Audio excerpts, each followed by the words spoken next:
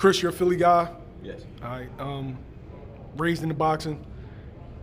Bernard Hopkins was kind of skeptical of Errol Spence's injury. Like, what was your thoughts on that interview with the whole situation? I just think that to question a man like Errol Spence, who came back from a car crash that he did and fought one of the most dangerous guys in boxing as far as punching wise, and Danny Garcia, how could you even question his authenticity of what he's saying? I mean, at the end of the day, the kid fights. One thing about him, he fought the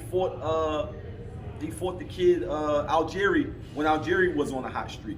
He fought Sean Porter when Sean Porter was on a hot streak.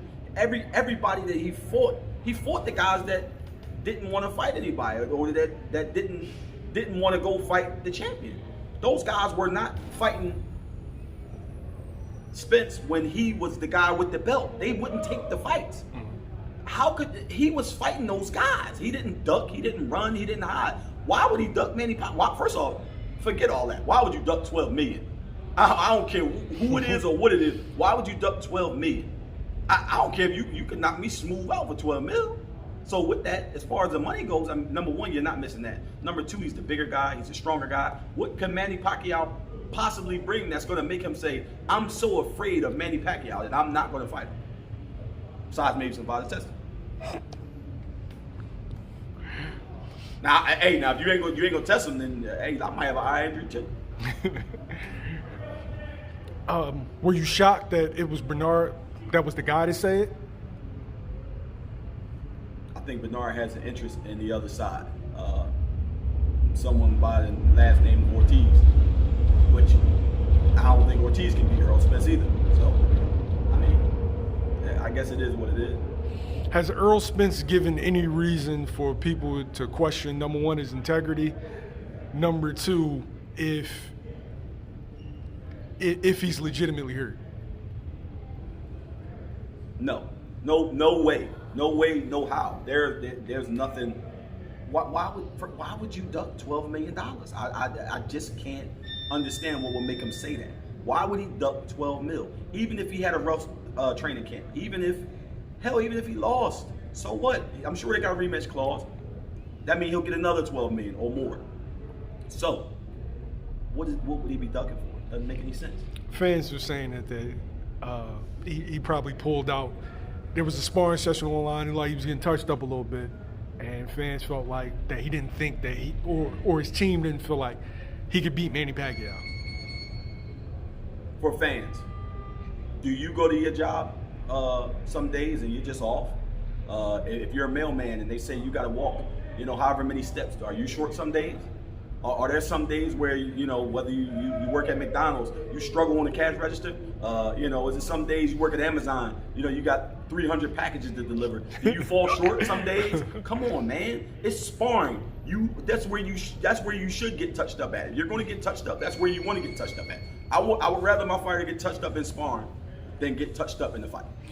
Do you think fans realize how many times their favorite fighter has a bad day or gets touched up and sparring by the young guy? I don't think they understand how many world champions I've seen get touched up. I've seen some guys, some household names that you might love and say he's a great fighter. I've seen them get their ass kicked in the gym. This is where it's supposed to happen. If I got something that I want to show my fighter, I'm going to bring in somebody who's going to kick their ass. I want that so they can learn. That's the way it goes. Sparring is supposed to be tough. It's not supposed to be easy. If it's easy, then you're going to go into the fight thinking that's easy. You're going to end up losing.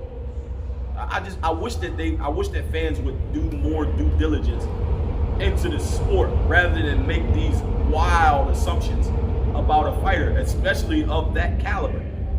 Who does Errol Spence have to duck at 147 besides Ryan Ennis? Fans would say Terrence Crawford, but I feel like I know the reason why that fight's not happening. That fight's never going to happen as long as he's with Top Rank. I'm sorry, it is what it is.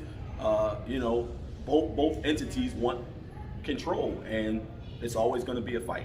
To me, Errol Spence is the more marketable fighter. Errol Spence has had bigger fights. He's got more belts.